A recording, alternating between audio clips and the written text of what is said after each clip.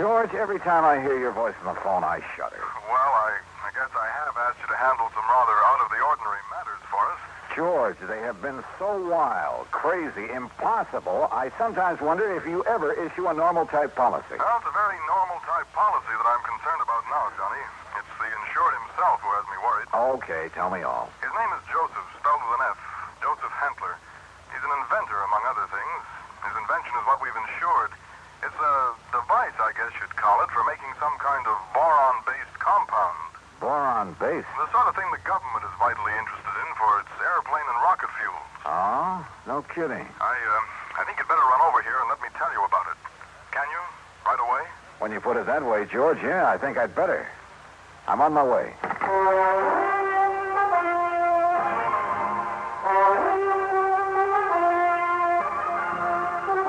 Bob Bailey, in the exciting adventures of the man with the action-packed expense account, America's fabulous freelance insurance investigator. Yours truly, Johnny Dollar.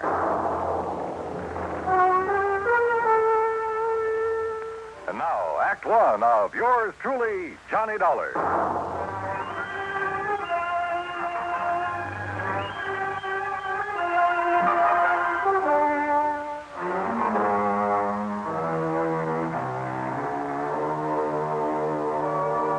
Expense account submitted by Special Investigator Johnny Dollar to Floyd's of England, American Office, Hartford, Connecticut. Following is an account of expenses incurred during my investigation of the Boron 112 matter.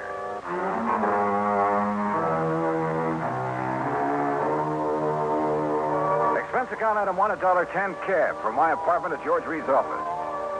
As I walked in, he motioned me to a chair, leaned over to the intercom on his desk, and pushed a key. Sit down, Johnny. Miss Larkin. Yes, Mr. Reed. Mr. Dollar is here. Would you come in, please? Oh, yes, sir. Well, George, what's it about this time? Glad to see you, Johnny. I gave you most of the story over the phone. Well, you only told me you've issued a policy to this man, Hantler, was it? That's right, Joseph Hentler. Yeah, and that you've insured some invention of his for, how much did you insure it for? $20,000. It's a piece of apparatus, Johnny, that he has spent over 7 years developing. Sit down, Miss Larkin. Oh, thank you. Apparently, it's a very complicated something or other. I never did know much about such things. For making borax, or more specifically, a compound he calls Boron 112 for use in high-powered fuel. Sounds important. It is, at least so far as I've been able to determine. Yeah, been all sorts of government tests and experiments with these super fuels, hasn't there? Exactly.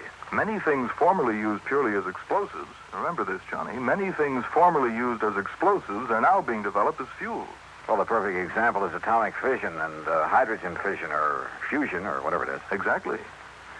All right, now let's get down to cases. You've insured some apparatus that's supposed to make boron 112. What kind of apparatus? I've never seen it. It's all very secret. Well, now, wait a minute. How do you know this machine or whatever it is even exists? Looks to me like you've insured a pig in a poke. No, Johnny. For $20,000. Wow, Lee. No, Johnny, I'm not that much of a fool. One man, a recognized physicist, has, at my request. And mind you, this was before I'd agreed to issue the policy. Understand? Go on. His name is Dr. Hugo von Brauer. Oh, I've heard of him. Yes. Well, Hantler permitted him to see enough to convince von Brauer that he has something mighty important there. That he's on the right track to, well, whatever it is he's out to accomplish. Okay. I'll take your word that you were right in issuing him the policy on it. But now what's happened? The thing blow up in his face or something? No, as I told you over the phone, it's the man himself I'm worried about. Because of something I've just learned. Like what? Miss Larkin, this is Mr. Johnny Dollar. Now, will you please... Yeah, I know. Gee, Mr. Dollar, this is a real thrill. I've heard so much about you. Hi, Miss Larkin. Gee, won't you just call me Louise? Yeah, sure, Louise. Oh, gee. Miss Larkin, will you just tell Mr. Dollar what you told me this morning? Yes, sir. Oh, gee. Well, it was like this, Mr. Dollar. A couple of years ago, well, you know, when I was just a kid, not very mature, you know what I mean? Oh, sure. Go on. Well, some of the kids I traveled around with, some of them were awful immature, compared to me, that is. Miss Larkin. Well, a couple of them had some pretty funny ideas about the government, things like that. You know what I mean? I'm afraid I don't. Well, like, they used to think they were very smart, attending a lot of secret meetings. The kind the FBI likes to keep tabs on. Now, you know what I mean? Go on, Miss Larkin. Well, anyhow, this one night, we didn't take all their talk very serious, mind you, and that's the truth. We didn't think there was anything in it, just a lot of talk. Will you please get to the point? I am, Mr. Reed. Well, anyhow, Charlie and me, that was my boyfriend, Charlie White. At least one of my boyfriends. I always have a lot of them, you know what I mean? Yes. Well, go on, please. Well, Charlie and me, we said, sure, we'll attend one of your meetings, just for laughs, you know what I mean? And what kind of a meeting was it? Oh, it was terrible. It was awful, Mr. Dollar. A bunch of people I never saw before making speeches. Yeah. Down with the government, start the revolution, that sort of thing. Oh, we got out of there in a hurry, believe you me. I'm sure. And we were pretty lucky, too, because the police or the FBI or somebody came in after and busted the whole thing up. Hey, maybe you read about it. That's all very interesting, Louise, but just what... Yes, Miss Larkin, get to the point. All right. Well, just this morning, when I was filing the office copy of this insurance policy and I saw the name on it, oh, gee, Mr. Dollar, it hit me like a... Well, do you know what? What? That name, Joseph Hantler. Oh. It was the same as one of the fellas, an older guy that me and Charlie had seen at that meeting. Now, what do you think of that? $20,000 on a highly secret device. Yes. That might be to produce some kind of explosive. Exactly, instead of a simple fuel additive. Exactly the suspicion that came into my mind, Johnny. Of interest to the government, he had told me. But what government? We're jumping to an awfully big conclusion, George. Have you notified the FBI? I suppose I should, huh? Yeah. No, not yet. We may be all wrong about this. Oh, but Mr. Dollar... We may be all wrong about the man, his apparatus, his intentions, everything. Let me see what I can find out about him first. Now, whatever you say. But remember one thing, Johnny. Yeah? You may be dealing with far more than just this one man. So be careful. Be very careful. Oh, gee, you'd better, Mr. Dollar. You know what I mean? Act 2 of yours truly, Johnny Dollar, in a moment. Now, Act 2 of yours truly, Johnny Dollar, and the Boron 112 matter.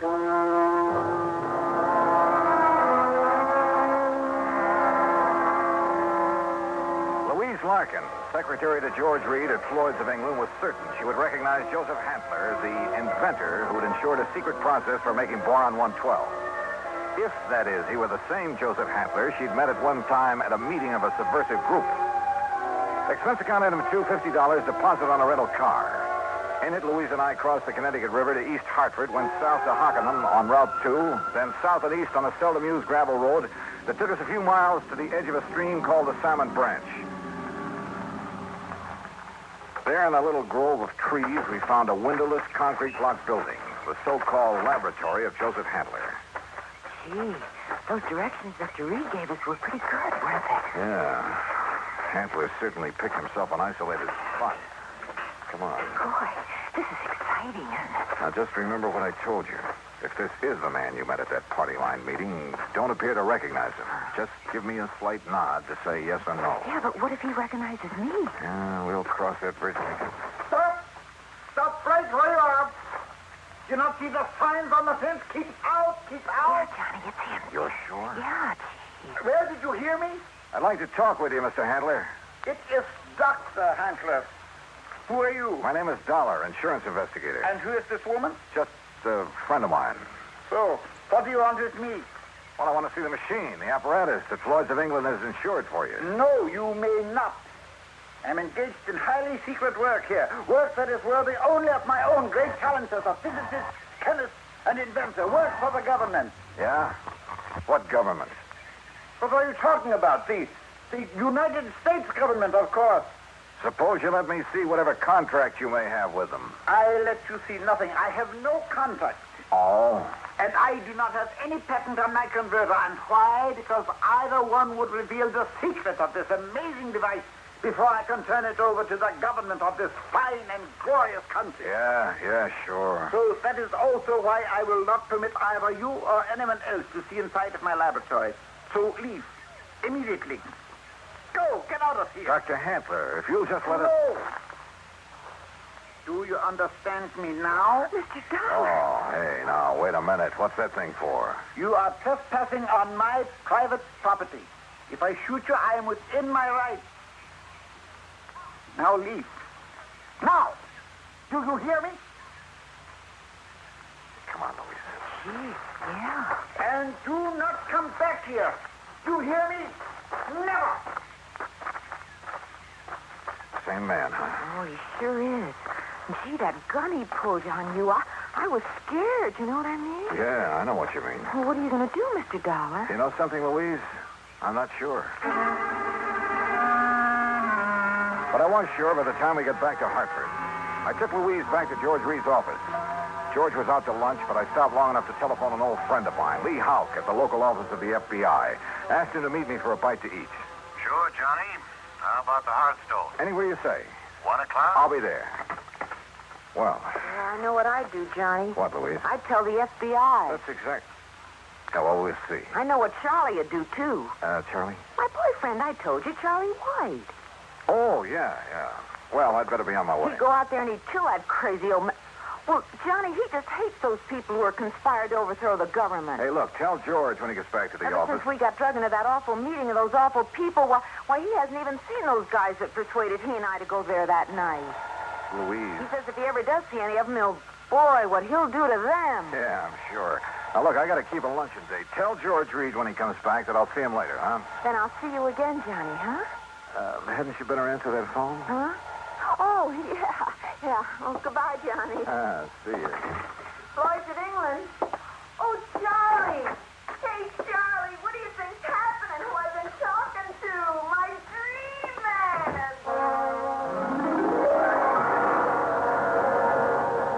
Item 3, 7:20, lunch for Lee Houck and myself. No, Johnny, you're off on the wrong tack. I'll bet on it. What do you mean by that, Lee? And Joseph Handler's just an old crackpot who thinks the world has done him wrong by failing to recognize his fabulous talents as a chemist, physicist, engineer, inventor, anything else he's claimed to be. But if he was attending meetings of a subversive group... A meeting. We know all about that. A lot of innocent people have been sucked in on that sort of thing at one time or another. It doesn't mean that they belong or ever have. You can't blame me for being suspicious, though. Isn't George Reed your contact at Floyd's of England? Yeah. Okay.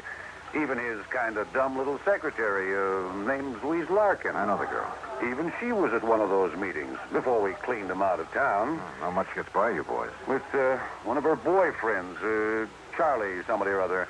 He's the kind you have to watch out for, Johnny. Young hothead. An easy recruit for a group like that, huh? And more important, the kind who's liable to take the law into his own hands when it comes to fighting back at him. But you're sure old Handler is harmless? Sure. He's an erratic old coot, liable to blow your head off if he thinks you're interfering with one of his crazy projects. Yeah, he'd probably rob a bank if he thought he could get away with it to further one of his crackpot inventions, and would feel entirely justified. But believe me, he'd have no part of subversive activity. Hey, you said crackpot inventions. George Reed tells me Dr. Hugo von Brauer okayed this present project. That's a real sad one, isn't it? Huh? Von Brauer, one of the best minds in the country. Until that breakdown last fall. You mean that he's no longer... Holy smoke. Well, sure, Johnny. If George told him insurance on Von Brauer's okay, well... How does Handler keep going? Does he ever sell anything he develops? No, he probably lives off an old trust fund, something like that. Want me to check on it? No, wait till after I've seen him again. Somehow I've got to see that machine of his, see how badly the insurance company stands to get took. Yeah, Johnny. I think you better. Maybe he was right. Maybe the idea George Reed and I had cooked up, that the old scientist was working on some kind of bomb or explosive, was... Anyhow, my problem was to find out exactly what he was working on, what the company had blindly insured. So I drove out there again. To keep Handler from barging out with his gun, I blew the horn a couple of times as I pulled up alongside the fence. But there was no response to it. Good. Maybe Handler wasn't there. Maybe I could somehow get into the place, see for myself what was up. But suddenly, from inside the building came a couple of dull thuds. And then the whole thing began to bulge at the seams, began to...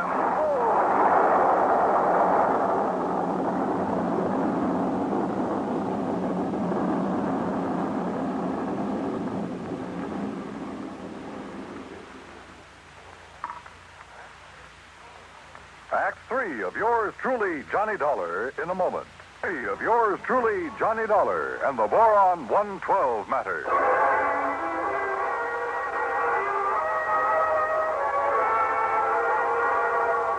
Carefully, I dragged myself out from under what was left of my rental car, where the explosion of the laboratory building had blown me.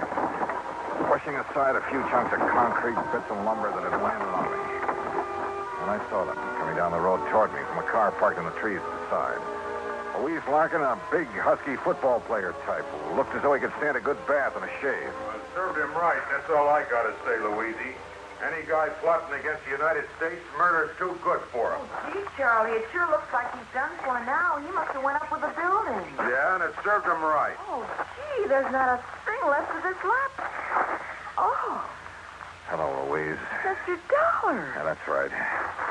And I take it you're Charlie. Yeah. Hiya, Dollar. What do you think of that? You did a pretty good job, didn't you? What? Yes, sirree. Huh?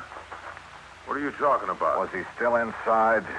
Did you murder Dr. Handler, too? Johnny. Now, wait a minute. You think I done that? Oh, no, Johnny. We just got here. Oh, sure. Honest. Charlie was going to have a showdown with him. He was going to drag him out of that place and hand him over to the FBI. Sure. What'd you think? Gee, I was worried about the old man's gun, remember? I remember. But if you think a lousy gun was going to stop me from handing a subversion guy like him over to the... Now, look, you don't mean you think I done this? What would you think? No, I did it. Oh, was it not wonderful? Dr. Handler. Yes, Mr. Dollar, and I want you to meet... So you're still alive, huh? You're okay. I beg your pardon? Well, you won't be for long because I'm going to take you in. I'm going to...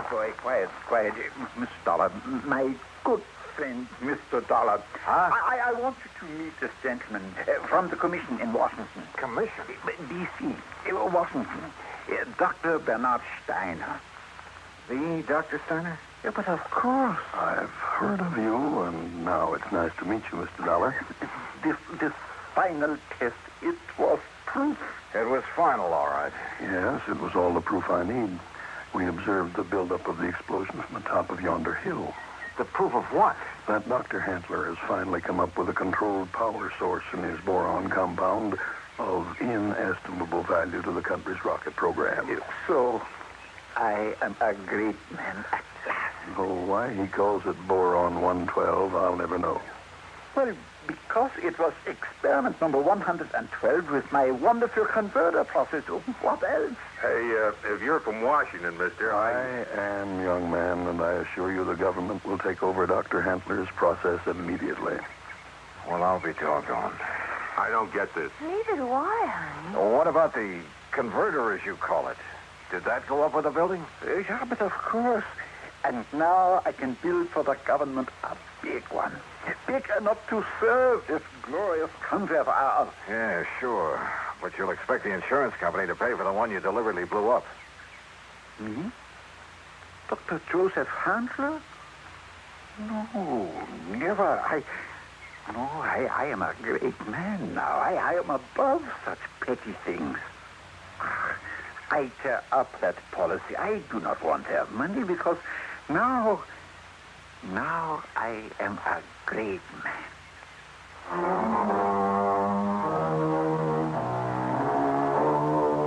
There you are, George. Full report. Payment on the policy is up to you. And if you do pay, at least it's in a good cause. Also, well, I guess you and I have both learned a lesson about jumping to conclusions. Expense account total, including incidentals, replacement of the rental car, and transportation back to Hartford, $2,431. Yours truly, Johnny Dollar.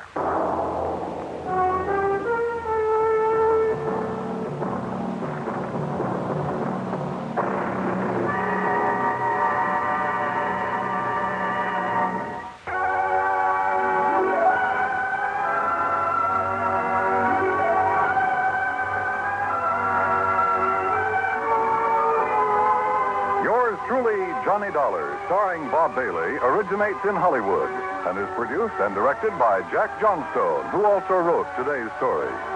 Heard in our cast were Shirley Mitchell, G. Stanley Jones, Harley Bear, Russell Thorson, Frank Gersel, and Lou Merrill. Be sure to join us next week, same time and station, for another exciting story of yours truly, Johnny Dollar. This is Dan Cubberly speaking.